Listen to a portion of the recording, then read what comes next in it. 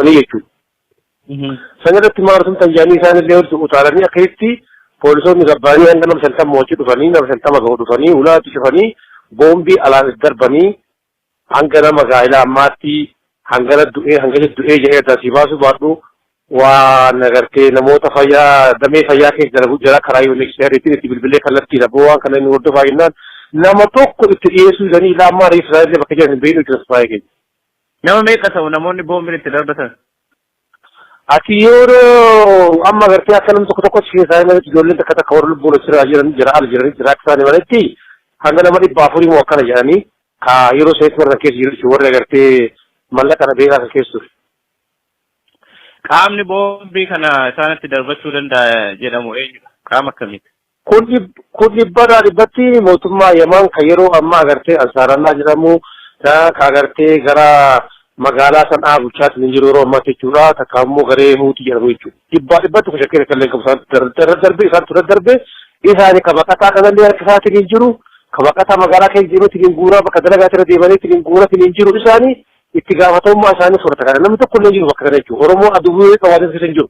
Isaanii ka deemeetiin hin guuru bakka dalagaa irraa guuran mana jireenya isaanii irraa guurutti jiran baatii tokko ta'ee jira iyyataa jirra nama kuma qaba jechuudha. Yoo inni seera waan kana hordofaa jirti dhibbatti beekti jechuudha waan kana. Maalidha sababiin isaan himatan baqattoota kana rakkisaa jiran ajjeesaa bifa kanaan gubuu barbaadaniif sababiin isaa maalidha? Nuti ilaalu waggaa lamaan dura yoo irratti badee ture jechuudha waan kana beektaan mataatiyaa amma dura nuti mootummaa Yemen nun beeku baqattummaan UNHCR qofatu nu beeka. Ka mootummaan beeku baqataa Somaalee qofa. Nuti UNHCR qofatu rakkoo keenya himanne jechuudha. Waggaa lamaan dura fuudhaniitiniin UNHCR fuutee galmee keenya akka jiruun gara ummata Huutii karaa dabarsee jechuudha. Nuti ka jennee UNHCR ummata kun seeran qabanii beekumtii addunyaa arganne dippiloomaasii tokko biyya kana keessa hin jiru. Isaanitti nun dabarsinaa jennee uummanni Oromoo kan magaalaa kana keessa nu agartee keessaa hayyuu jedhaman maqaa isaanii hin danda'a. Agartee ka akka Usmaan Galatoo ka akka agartee Caalaa Siraajii ka akka immoo agartee Fayyisaa Baay'isaatii ka akka agartee Birhaanuu amma Kanaadaa jira ragaa ba'uu danda'a. Hedduu jira jechuudha akka agartee Xilaahunii hedduu jira ijoollee Oromoo jechuudha. Ni mormine waan kana itti nun kennina uummanni kun nun daldaalanii waggaa 20 ol mootummaan duraa nun daldaalatti hin ture. Kunillee amma agartee nun daldaalachuu fi mallaquma qofa agartee baqatanii nun gurachuuf bu'aa takka nun buusanii kanaafuu yoo UNHCR ilaa waan bira addan gara biyya keenyaa nu deebisa yeroo jijjiirama jira jechuudha. OBN ittillee dubbatee waan kana gara biyya keenyaa akka galu jee faraa'uun maxxansi jechuudha ture jechuudha kan jijjiirama nama kun agartee kan faallaa gara garaa miti. Kanaaf gaafsan sumanii tuu kennanii mormataa ture jara kanatti nu kennina jedhi kun beekamtii hin qabani milishaadhaan ni jira ture jechuudha. Kunuu hin oolle har'a baqataa agartee ka guyyaa harkarraa gara afaanii jechuudha ka doolaara takkaa fi cinaan oolu walitti guuranii mallaqa fidi jedhaniini mallaqa qabu jennaan isa qabu keessaa baasanii kan qabne immoo har'a kunoo boombii isaa dhafeeranii lubbuu nama 400 olii nurraa fixanii jechuudha. Kuni mootummaa kana mootummaa amma magaalaa sanaa bulchuu Ansaarallaa yookiin Huutii jedhamu jechuudha. Itti gaafatamummaa kana. Mee walumaa gala haalli baqattoota Oromoo yeroo ammaa kana biyya Yemen keessa jiraataa jiran maal fakkaatame keessumaa haala biyya sana rakkoo nageenyaa biyya sana wal qabatee jiruun? Tasfaayee rakkoon biyya kana keessa jiru namni tokko yoo rakkate waajjira tokko deemuutiin rakkoo himata. Rakkoo bakka itti himannu dippiloomaasiin tokko biyya kana keessa hin jiru. Ambaasaadarri miti qoonsilli tokko keessa hin jiru. Qoonsilaa miti kaampaaniin maan tokko agartee kan nama lammii alaas keessa hin jiru. Kana itti rakkoo kan keessa himatu. Guutuun biyyattii abbaa biyyaa qofa. Waajjirri UNHCR ulaan isaa cufaa nurra amma yoo ammaa kan dalagaa hin jiru. Eega isaan dalagaa dhaabanii amma gara waggaa asii wakkana deemaa jira jechuudha. Isaanuma dalaguu dhoogee ulaa oli cufan. Sababni itti ulaa irra cufan maali mootummaa lama kana keessa biyya kana keessa jira. Warra magaree milishaa kanaa fi warra beekumtii qabu warra Abdurrabboo Mansuur agartee mootummaa adan jira jechuudha. UN'n jara sana hojii faana dalagaa jirti. Jara kana hojii sanaa hin beekumtii argannee harkaa wal qaban mallaqa irratti diina jirti jechuudha. Mallaqa gamasitti hin buusinaa gara irratti nuu kennaadha. Wanna muduura geenyu. Kanammoo ragaawwan isaan baasanii takkaa meediyaa irratti haasanii takkaa mootuyyuu maxxansaa irratti waan baasan takka hin jiru. Icciituma tokko namoonni keessa dalagan nuu baasanii jechuudha malee waan ragaa qabatamaa isaan jidduu haasamaatti jiru tokko illee hin qabnu jechuudha. Rakkoon jiru rakkoo mallaqa isaan jidduu agartee nuu kenna hin kenninu bakka irratti harkaa qaban. Bakka isaan kana keessatti hin miidhamaatti ni jira. Gara tokkoon mootummaan gadi uummata kana hojii kan jedhaniin baqataa asii achi gaddeemu kana dandeemu qabee harkisaa jira. kachi asdee bullee mootummaa nama hutisee hoollee qabeetiniin isintuu agartee mootummaa heera qabeessa wajjin loluus jedheetiniin baqataa kisan baqataan karaa deemuu beeku duraan gara suuditti deemaa suudillee sababa koronaa vaayirasii kanaan karaa hidhattee jirti nama achi deemee deebisaan isaa rasaasa qofa baqataan karaa deemuu beeku kana biyya akka hin jenne biyyi waan keessa jiru tabsaa'ee argaa jirta jechuudha. Kana nama keenya rakkisee baqataan biyya kana keessa jiru rakkataa jira akka malee rakkataa jira gara deemuu dhabne ilmaan horree qabna biyya kana keessa jechuudha waggaa 25 waggaa 27 irratti kaa waggaa 10 biyya kana keessa jira jechuudha. Kanaafuu baqataan kun rakkoo hamaa keessa jira qaama itti himannu hin qabnu qaama nu dhaabbatu hin qabnu kana nu rakkisee uummanni Oromoo kan biyya alaa jiran akka sagalee nu ta'anii furmaata nu barbaadan isaanitti jenna. Ayyee mee bal'isiiti kanuma maal ergaa maal dabarfachuu barbaadda uummata Oromoof haa ta'u dhaabbilee mirga namoomaa addunyaa kana keessa jiran Amnesty haa ta'u Human Rights Watch akkasumas dhaabbata mootummoota gamtoomanitti dhimma mirgoota namaa kan hordofantu jira akkuma waliigalaatti ergaan ati dabarfattu. Tokkoffaan uummata Oromootiif ergaa dabarsa. Baqataan kun baqataa Oromooti. Biyya isaatirraa baqateetiniin biyya namaa kana keessa jira. Sagalee saba isaatiin ta'aa jira. Dhageessallee turre dhageessallee jirra jechuudha. Kanaaf tokkoffaan uummata Oromootti waa himuu barbaada. Baqataan dargii kan waraana Baay'ee agartee Yemen seene nama 600 akkanas keessa ture san lammii maqaa Itoophiyummaatti dhiyyanii fi guyyaa tokkotti baatii nama hiriira baanii ta'anii guyyaa tokkotti nama 400 keessaa baasan jechuudha. Jaarasantu warra deebi'ee qabsoo uummata Oromoo argamte tana harkaa miliisee jaarasantu diinagdeen dalagatanii bara 2004 biyya tana keessa bara 2003 akka Awuroopaatti biyya tana keessaa baa jechuudha. Achi dhaqanii wal ijaaranii haadha qabsoo qeerroo kenna fidee nu harkaa fudhatan biyya galanii.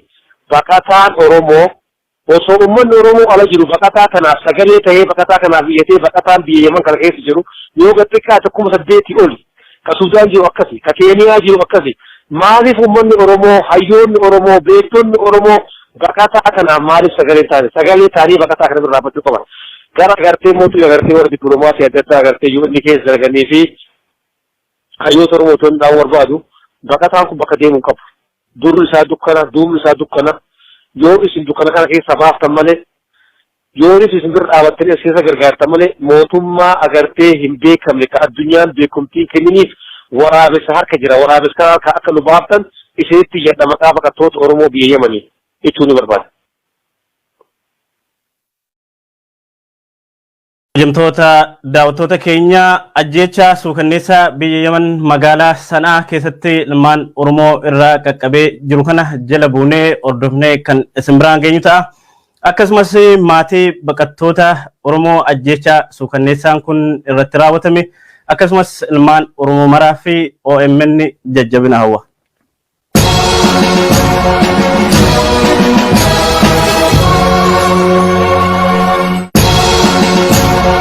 Ajjeechaa suukanneessaan kun irratti raawwatame akkasumas ilmaan Oromoo maraa fi OMN jajjabina hawwa.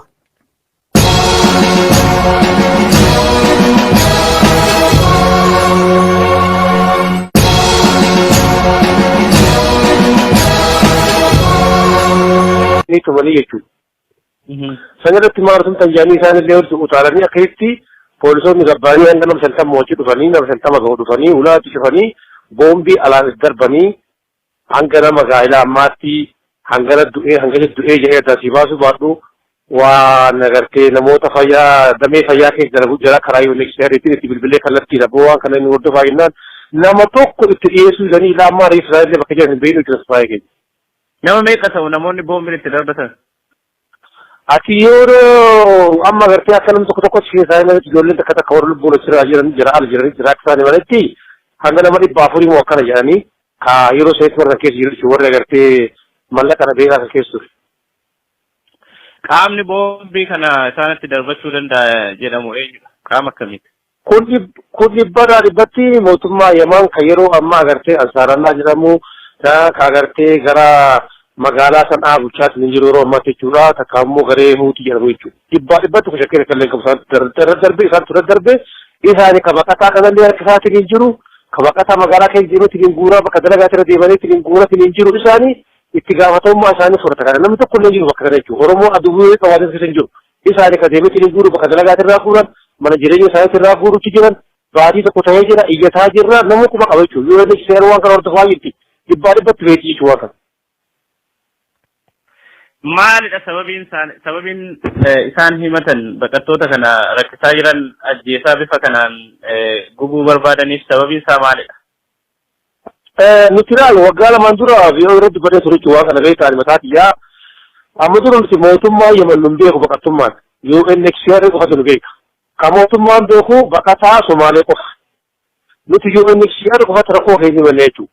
Waggaa lamaan dura fuudhaniitiniin UNHCR fuutee galmee keenya akka jiruun gara ummata huutii karaa dabarsee jechuudha. Nuti ka jennee UNHCR ummata kun seeran qabanii beekumtii addunyaa irraa arganne dippiloomaasii tokko biyya kana keessa hin jiru isaanitti nun dabarsinaa jennee ummanni Oromoo kan magaalaa kana keessa agartee keessaa hayyuu jedhaman maqaa isaanii hin danda'a. Agartee ka akka Usmaan Galatoo ka akka agartee Caalaa Siraajii ka akka immoo agartee Fayyisaa Baay'isaatii ka akka agartee Birhaanuu amma Kanaadaa jira ragaa ba'uu danda'a.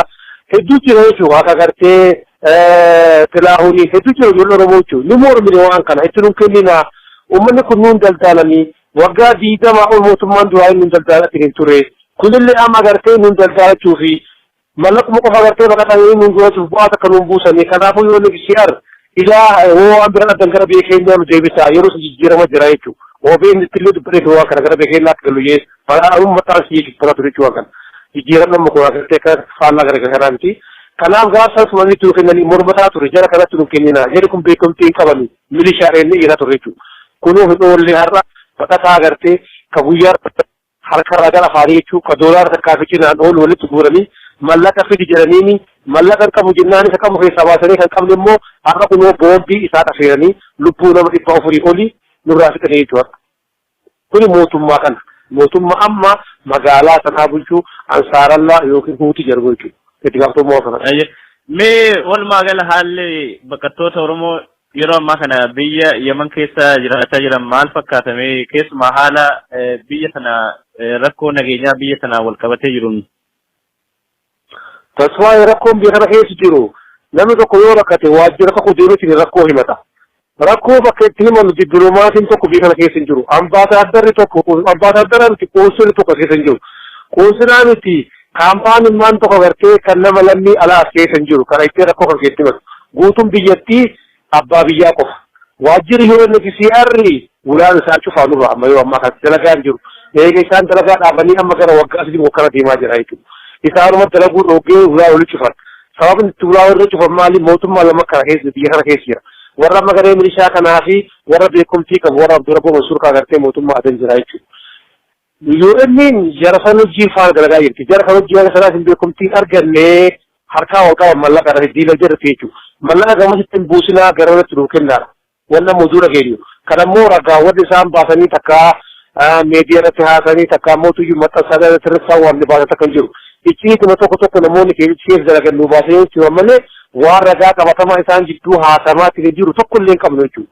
Rakkoon jiru rakkoo mallaqa isaan jidduu agartee nuu kenna hin kennu nuu bakka irratti harkaa qaban. Bakka isaan kana keessatti miidhamaatti ni jira. Gara tokkoon mootummaan gadii uummata kana hojii nuuf kan jedhaniin baqataa asii achi gaddeemu kana dandeemu qabee rakkisaa jira. Kachi as deemullee mootummaa nama hojii fuullee qabeetiniin isintuu agartee mootummaa heera qabeessa hojii nu lolsi jedhanii baqataa kisan. Baqataan karaa deemu qabe. Duraan gara suuditti deemaa suudillee sababa koronaa vaayirasii kanaan karaa hidhattee jirti.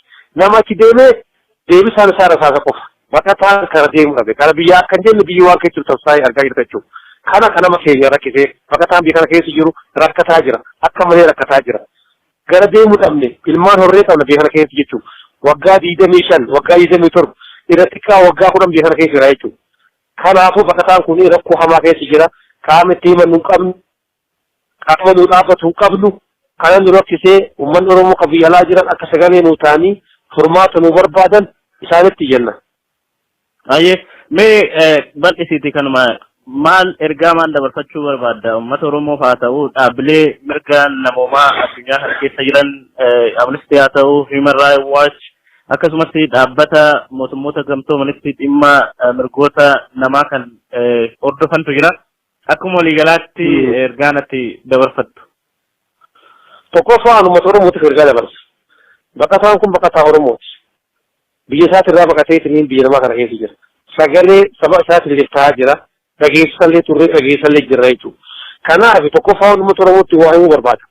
Baqataan dargii kan waraana Baay'ee agartee Yemen seene nama 600 akkana keessa ture. San lammii maqaa Itoophiyummaatti iyyanii fi guyyaa tokkotti baatii nama hiriira baay'ee ta'anii guyyaa tokkotti nama 400 keessaa baasan jechuudha. Jaarasantu warra har'a deebi'ee qabsoo uummata Oromoo argamte tana harkaa miliisee jaarasantu diinagdeen dalagatanii bara 2004 biyya tana keessa bara 2005 akka Awuroopaatti biyya tana keessaa baa jechuudha.